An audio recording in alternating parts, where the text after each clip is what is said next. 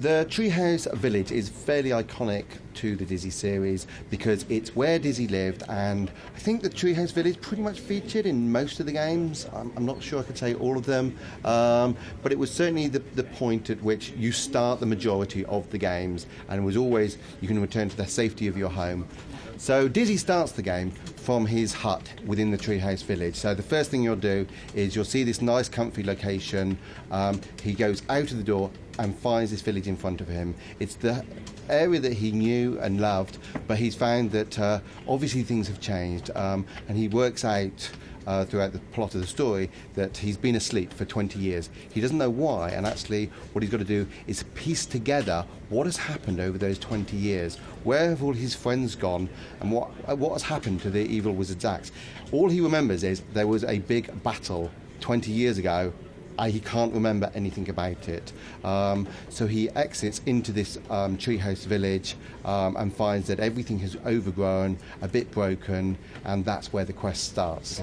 The influence of the art style is from lots of fantasy adventure films and stories, things like Robinson Crusoe, Tarzan. These creatures have to live up in the trees where it's safer, and it's really interesting landscapes that you can make, that they have tried to make from all the branches and lashing them together with Heath Robinson style contraptions to get around the place, because you want sort of ropes and lifts and elevators and stuff, because this is a platform game, but it's a platform game whereby you've got to fix things to get around. The treehouse itself will form a part of a tutorial. It's going to be the fairly simplistic puzzles that you'd expect. So we're trying to introduce, this is platform action with some puzzles. Now later in the game we'll have all sorts of interesting complex puzzles and combinations, but for this area itself it will be fairly simple, working out which platforms are too unsafe to stand on, or what needs fixing with ropes, or maybe a knife to cut some vines back which have got in the way of something that needed to move, because that's the way he traverses this area.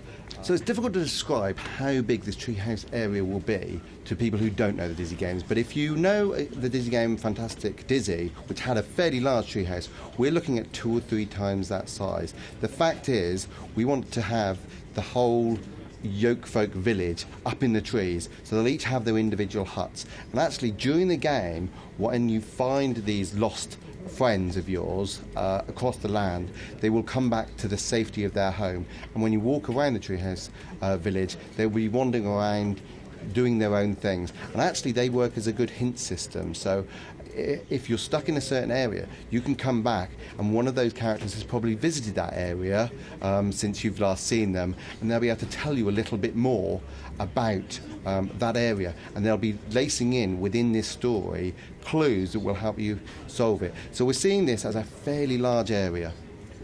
Okay, so you've probably seen in the original concept art behind the Treehouse Village that there's a castle on a hill.